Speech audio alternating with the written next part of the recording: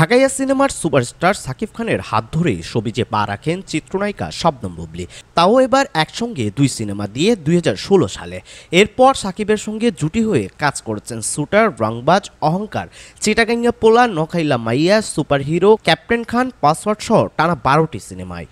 ২০১৯ সালে বীর সিনেমার শুটিং শুরু করেন সাকিব খান বুবলী। ওই সময় কথা রটে অন্তঃসত্ত্বা বুবলী, আর বিয়ের গুঞ্জনে আসে সাকিব খানের নাম।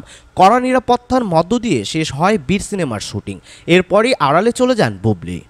২০২২ সালের ৩০ সেপ্টেম্বর বিয়ের খবর প্রকাশ্যে আনেন ঢাকাইয়া সিনেমার এই চিত্রনায়িকা।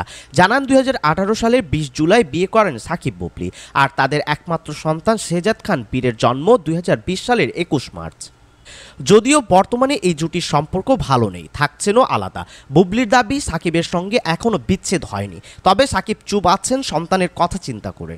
এর মধ্যে সাকিব খানের বন্ধু ও প্রযোজক মোহাম্মদ ইকবাল দাবি করেছেন সাকিব বুবলীর বিয়ে হয়নি। সম্প্রতি একটি বেসরকারি টেলিভিশনের সাক্ষাৎকারে এমনটাই বলেছেন তিনি।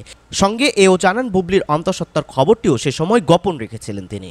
ইকবাল বলেন, সাকিব খান ও বুবলীর বিয়ে হয়নি। সাকিব নিজে আমাকে একাধিকবার এই কথা বলেছেন, তবে বুবলী বলেছেন তাদের কাবিন হয়েছে। আমি বুবলীকে বলেছি কাবিন হলে তোমাদের কাবিননামা দেখাও, সে কাবিননামা দেখাতে পারিনি। বীর সিনেমার শুটিংয়ের কথা উল্লেখ করে ইকবাল বলেন, যখন বীর সিনেমার আইটেম গানের শুটিং হয় তখন আমি ক্যামেরাম্যানকে বলেছিলাম ক্যামেরা যেন বুবলীর পেট পর্যন্ত না যায়, বুক থেকে মাথার ওপরে থাকে। আসলে আমি সবই জানতাম, কিন্তু এসব নিয়ে কখনো কথা বলতাম না। তার কথায় সাকিব খান যখন আমাকে বুবলীর বিষয়টা জানায় তখন আমি তাকে বলি, তুমি কাজটি ঠিক করোনি, আমি সঠিক ছিলাম। যদি সাকিব এমন কিছু না করতো তাহলে তাকে আজ এমন সিচুয়েশনের মধ্যে পড়তে হতো না।